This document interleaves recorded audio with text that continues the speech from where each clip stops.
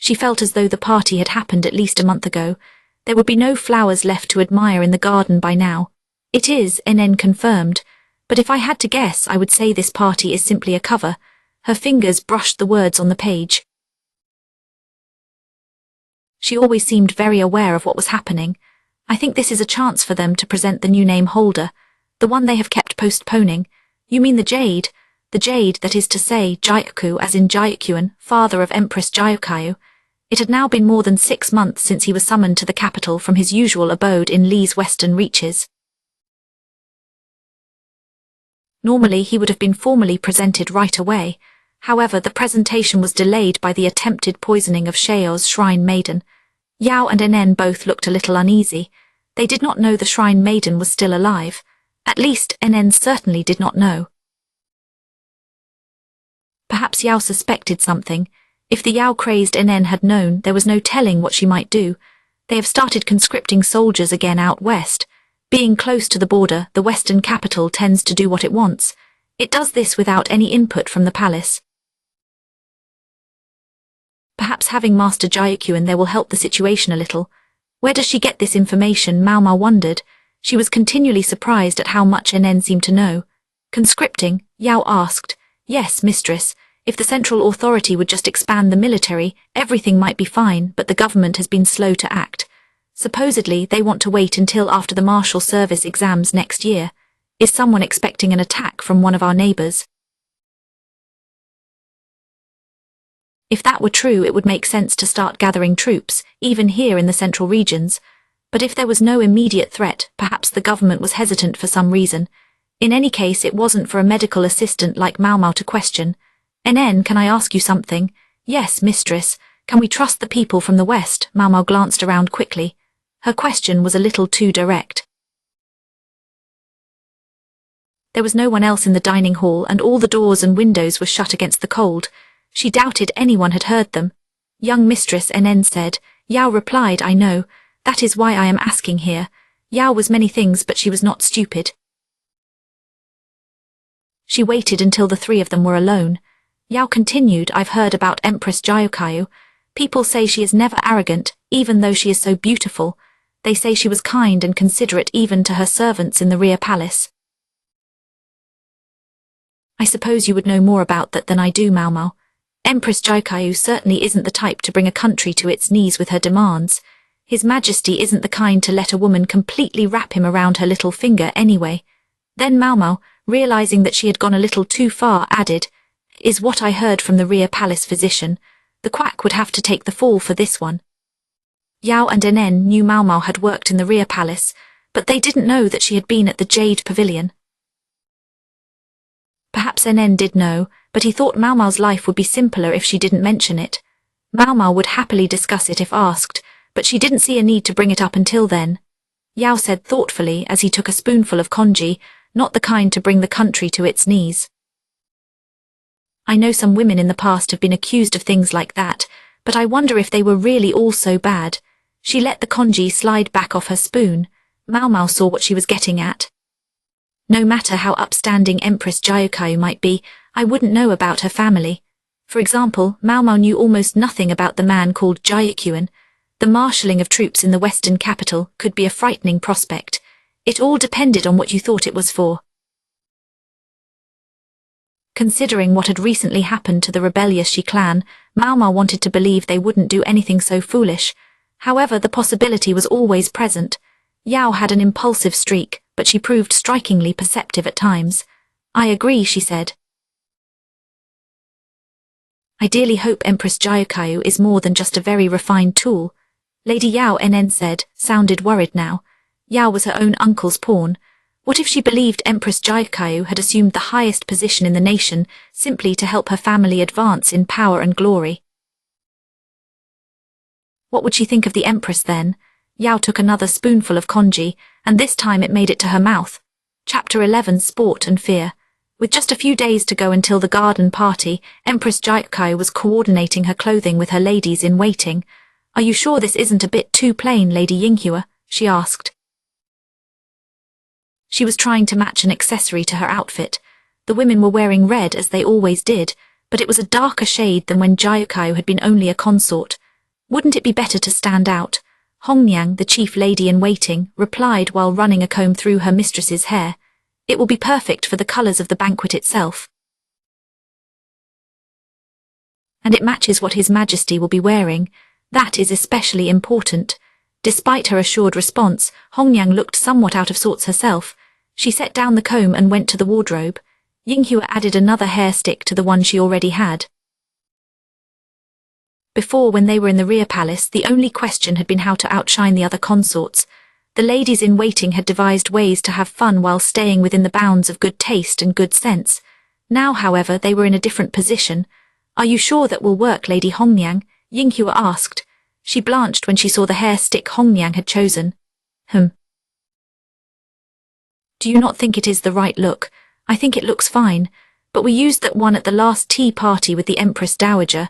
I guarantee her ladies-in-waiting will notice. That is too bad, Hongniang said, putting the hair stick back. Generally, clothing or accessories used at a large banquet were not worn again at another large function. The loveliest accessories would be refashioned into other forms and used as fashionable touches at a smaller tea party. Smaller accessories might be used several times, but it would not do to have people think you had only one outfit. It does look like it could use some decoration, though, Yinghua said, looking at Jiukai's apparel.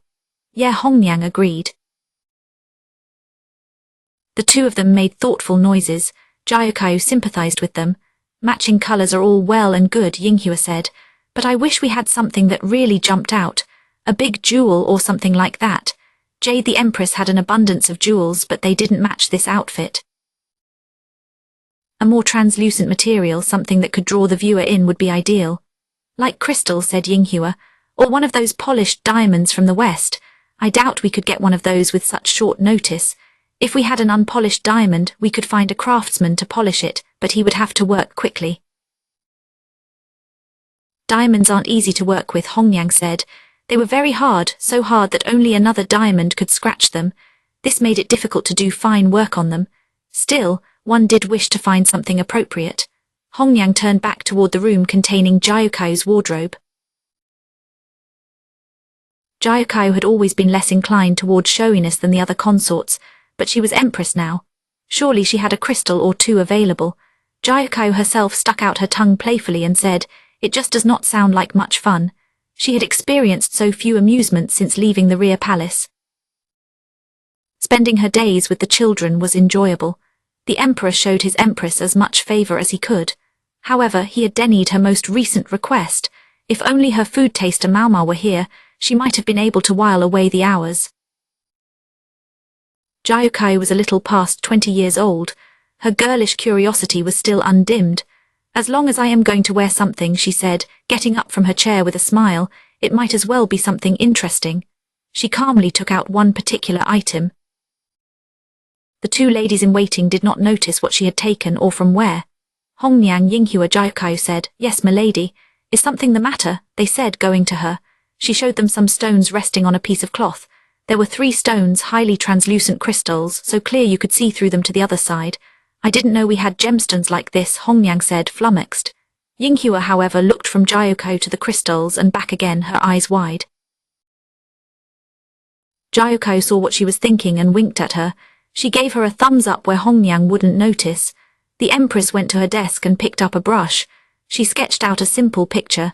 "Perhaps we could have them shaped like this," she said. She had created a hair stick that resembled a traditional lantern. The crystal would be placed inside it as if it were in a basket. She gave the crystal and the paper to Yinghua. "Please ask them for this, Yinghua. But Lady Jiukai, I usually place these orders for you." Hongniang started to reach for the items, but Jiukai stopped her. "Surely we can give Yinghua something to do from time to time." "I am sure she understands what I want. I am sure she does, milady, but what are you planning, Lady Jiukai?" The empress did not answer immediately. Hongniang was sharp. She was not chief lady in waiting for nothing. She knew how Jiukai ticked, having been her minder since the empress had been a girl. Just as Hongniang knew Jiukai, Jiukai knew Hongniang. "I cannot make you do all my chores forever, can I?" the empress asked. She let her gaze drop to the floor, then fixed Hongniang with a beseeching look. The other woman's expression only became firmer. So long as I am your chief lady-in-waiting, Lady Gyukayu, I vow I will do my duty. But how will you ever get married that way? That word married had the desired effect. Hongniang looked as shocked as if caught by an unexpected clap of thunder. Married, she said. Hongniang was still vivacious and lovely, but she was also past the average age of marriage. Most people got married between their mid-teens and early 20s. Hongniang was now 30 years old plus 2. Because of this, when they had been in the rear palace, she had tried to arrange a match with Gaoshun, even though he was a eunuch. He was not a eunuch, though he did have an older, domineering wife.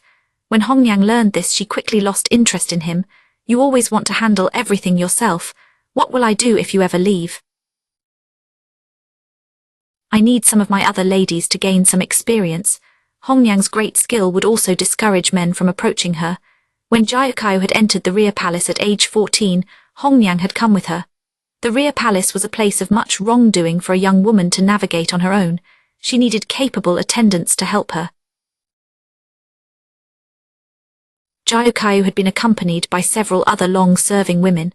However, when she became His Majesty's bedmate and attempts on her life became a real possibility, and even happened, her women went home one by one. Some had gotten married, but others had been incapacitated after tasting her food. Finally, only Hongniang, Yinghua, Gyuan and Ailan remained. The latter 3 were young and inexperienced. Gyukayu could understand why Hongniang felt she had to be in charge of everything. A nursemaid had been hired temporarily upon the birth of Princess Lingli, but Gyukayu had still not taken on any new ladies in waiting. She had grown up in a place of blowing sands. She was never certain who was an enemy and who was a friend. Because of this, she preferred to stay with the people she already knew. Maomao had entered this situation. Things had been so much fun when she was around. Gyukayu could have easily gotten lost in the memories, but she knew there was no time to reminisce. Right now she had to focus all her energies on throwing Hongniang off the scent, if only to continue killing time. My father remarked to me that we simply must find some fine prospect for you, Hongniang. Master Gyukyuan said that. Hongniang asked, visibly moved. It was not untrue. Gyukayu's father had remarked, if Hongniang had a child it would go far in the world, whether son or daughter. He continued, it would be too late for any such child to be a milk sibling, but it would no doubt serve well. Gyukayu added, I have more ladies in waiting than before. You do not have to carry everything on your shoulders. When the crown prince was born, 3 more young ladies came from Gyukayu's hometown to assist her. I understand your concerns. For a woman, this is still a battlefield, although it is not as difficult as the rear palace. No one knows what might happen, but you are not alone anymore. You need to start thinking about your own future and living for yourself. Frankly, Gyukayu impressed even herself with the fluency of this little sermon. With a tongue that quick, she might even survive this women's war. Lady Gyukayu. I had no idea you felt that way about me. Hongniang's eyes were brimming with tears. Very well, I will go call Ailan and Gyuan, although I question how many of my duties those girls will actually be able to handle. Hongniang trundled out of the room, rather suddenly agreeing with Gyukayu's thinking. Her cheeks were bright as a maiden's in the first flush of love as she went. Left alone in the room, Gyukayu reached for her writing brush again. She wasn't going to let this be just a simple prank. She would write to her father, who was in the capital now.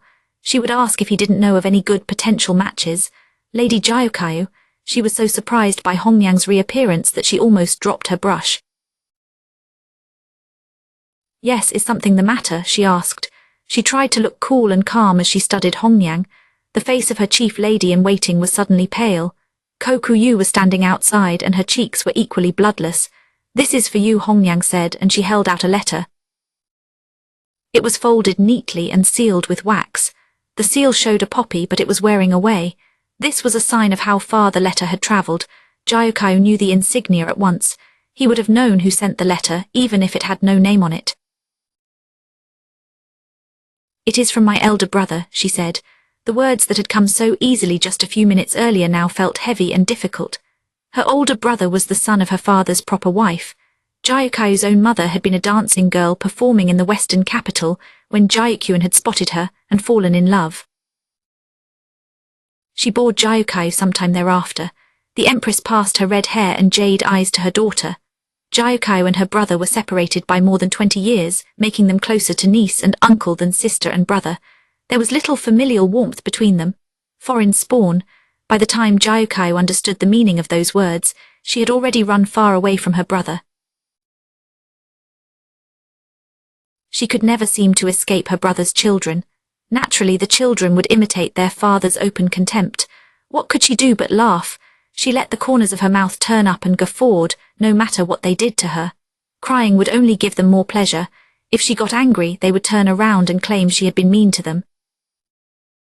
She could only laugh at whatever they did. When her father ordered her to enter the rear palace of the newly ascended emperor, Gyukai saw her chance. It was a chance to go where her brother and his offspring could not touch her. She knew there would be all kinds of fun things to enjoy. Yes, she was sad to leave her home, but she also felt much happiness. Gyukai broke the seal on the letter, or at least finished what the elements had started. The letter was written in flowing, elegant script, which was uncharacteristic of her brother. "What does he say?" Hongyang asked, her face a mask of concern. Gyukai let the corners of her mouth turn up and willed her heart to stop beating so fast. Smile, she told herself. Laugh. He began with a perfectly ordinary comment about the weather. At least he knew how to show a modicum of respect. She was sure he had written it with clenched teeth. She knew how much he despised this daughter of a foreign concubine. With their father Gyukyun in the central regions, she was certain Gyukai's brother was treating the western capital as his personal fiefdom. It was quite possible that Gyukyun would stay here, while her brother would manage their home. Gyukai had other older brothers too, but only the eldest wanted to become important. That is why their father had asked for help from someone in the capital. She had heard that one of Grand Commandant Kan's men had been sent. When she first learned that the Grand Commandant was Maomao's father, she was shocked. But on reflection, maybe not that shocked. As she read her brother's letter, she caught glimpses of a new ambition. He says he wishes to send his daughter to the rear palace, she told Hongyang. That would be Gyukai's niece. She was said to be 16 years old, but Gyukai did not recall his brother having any daughters of that age. She must have been the offspring of a concubine, or perhaps a girl he had adopted from somewhere. A small portrait of her was included. What had motivated him to do that? Gyukai regarded it silently for a moment. Then, still without a word, she tore it to pieces. She knew full well that it wasn't the girl's fault she was being sent to the rear palace, but her brother's intention was transparent, and it disgusted her. The portrait showed a girl with red hair and green eyes. The marks of a child with foreign blood. This is exactly what her brother hated so much. Chapter 12, Bad Cooking. A few meager snowflakes drifted from a leaden sky. I thought it was getting colder. Look, it's snowing, said Yao, breathing on fingers red from doing the laundry.